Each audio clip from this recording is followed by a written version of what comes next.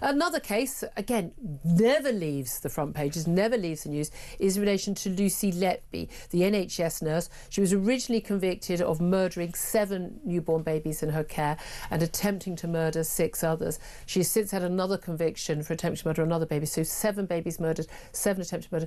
But from pretty much day one, there have been people saying, no, she's an innocent woman. We've got very sort of well-known people like the Daily Mail columnist Peter Hitchens. We've got Tory MP David Davies and others. We've now also got new evidence going to be presented today, we understand, by one of the sort of scientific medical experts who was actually used as a prosecution expert in her trial.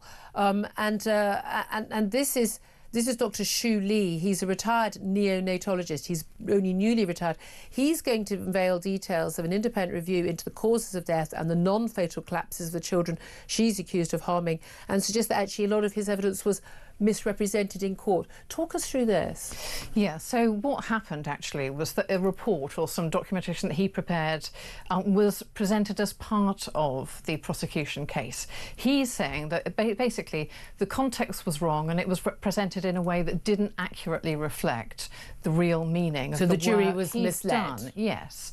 I mean, it's not quite that cut and dried, I don't think, because it's really that evidence in that report formed part of a whole web of kind of, information and evidence that was used to convict Lucy Letby. But the point is that this Dr Shoo Lee has really become quite interested in this case. He's helped compile a panel of different experts. It's not just his evidence now. And they've started again. They've looked at the cases, because originally police had a whole number of babies who tragically died, and they kind of looked at every single one, and then they've narrowed down to the ones that they thought were possibly not natural deaths. And of course we did have this big spike in the number of children that were dying in this neonatal unit when Lucy Letby was there. And then so much of the focus in the media has been that, well, Lucy Letby was the only nurse who was on duty on each occasion when these babies that there were prosecutions related to died. That, of course, was not actually something that was a key part of the case against her. This sort of statistical, well, it couldn't have been anyone else because she was the only one. That wasn't the actual evidence presented in court that got her convicted, that the jury heard month in, month out, considered in great detail. And bearing in mind, they gave not guilty verdicts in some of the cases. Some of the babies whose deaths or attempted murders were part of the case. They also gave, we cannot come to a conclusion. There was a very thoughtful verdict. It wasn't, it must have been her, tick, tick, tick, was it? I think a lot of the criticism of the evidence in the case ignores the weight of evidence there was against her. Yeah, I mean, it's very misleading to say, well, somebody got the statistics wrong and in fact she wasn't on duty for, X amount of shifts and this sort of thing. It is a very big picture here, and when you go back and you remember actually what was happening, there were doctors, the senior consultant on that ward and other doctors were making complaints more than a year, I think, before. And being forced to apologise to her. And were forced to apologise. But people were flagging odd behaviour. Those weren't people who were just looking at the shifts and saying, well, this tallies with this event. These were doctors with decades of experience who were saying something feels very wrong here, we're not happy. And people walking in with an alarm going with a baby clearly not breathing and her standing there, not doing anything, not in shock, but just standing there calmly.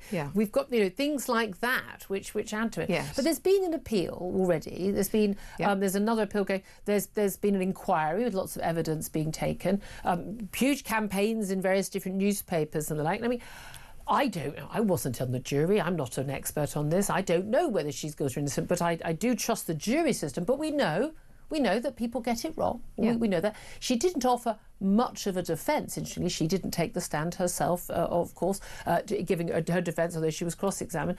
But I'm quite happy for there to be a sort of an open appeal, so that we need to put this to rest. But do you think there's an element where actually some people will never be satisfied?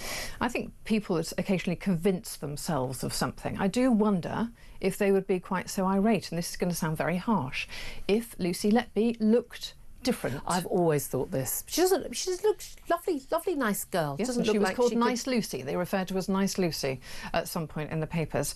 But, you know, it is really important. So the first thing and the really important thing is to make sure that the verdicts were right. Yeah. We do need to do that. There's no point for anybody, including the parents of those babies, for getting this wrong. But also, I mean, there could have been things that are happening in those hospital wards which could have been changed, and we could prevent future deaths. But also, maybe there is someone else out there who is killing or attempting to kill these babies who is still at large. So we need to get it right. But we do have to remember that there is clear evidence, really clear evidence, that these babies did not die natural deaths. At least some of them very clear. I mean, some of the evidence was, and forgive me, but some of the evidence was actually one of the babies had suffered terrible internal trauma, the like of which you would see in a car accident, and, you know, other evidence of insulin poisoning. I mean, either there was a different murderer and we don't know about it on that ward, or, you know, something very strange was happening. But you have to at some point apply common sense. Absolutely. I cannot imagine the heartbreak for the parents of any of these babies and what they're going through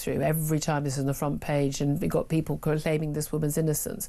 But we do have a rule, you know, better that, you know, 10 guilty men walk free than one innocent person's behind bars. And if she is an innocent woman, she's this young woman and she's been accused of these awful, I mean, the worst possible crimes, and is going to spend the rest of her life behind bars, does that need to be looked at, or do you think, or not? Well, I actually do have some concerns about her guilt. I mean, there is some evidence, but we should be clear, it is mainly circumstantial evidence. Now, circumstantial evidence can be more than enough for a conviction, but I do think we need to keep an absolutely, totally open mind in this case. Isn't that what the jury did in the case? Well, we don't know. None of us sat in that room. It was a total secret as to their discussions, and we know that juries all the time get it wrong. I don't know why in this country we seem to have this belief that British juries are any better than, say, American juries. We know that juries they get it wrong. They got it wrong in that Andrew Malkinson case. You know, 12 men, good and true, women and women, good and true, sat in that room and convicted a man for a crime he had absolutely nothing to do with. And we do need, I think, in this country to have a slightly more open attitude to the idea that courts get it wrong. And, you know, the Court of Appeal needs to be open I'm to very that. happy if this case is going to stay. It involves so many babies that if we need to have something else open and we need to have more investigation, let's do that, because it's in everyone's interest on all counts, isn't it? So appreciate you joining us, Helen Fields, former criminal barrister and author. Thank you so much for that.